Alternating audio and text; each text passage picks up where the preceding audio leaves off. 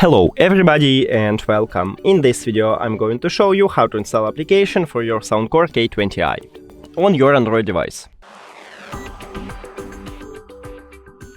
You have to start by open Play Store and now go to search. Click on search line here or click on search here and write SOUNDCORE.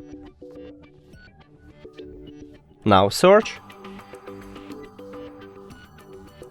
And you should install this application.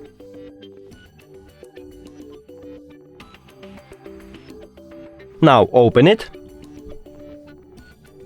agree and continue, skip, allow, and we did it! Thank you for watching this video. If you found it helpful, please consider subscribing to the channel and leave the like on the video, it's really important to us. See you later!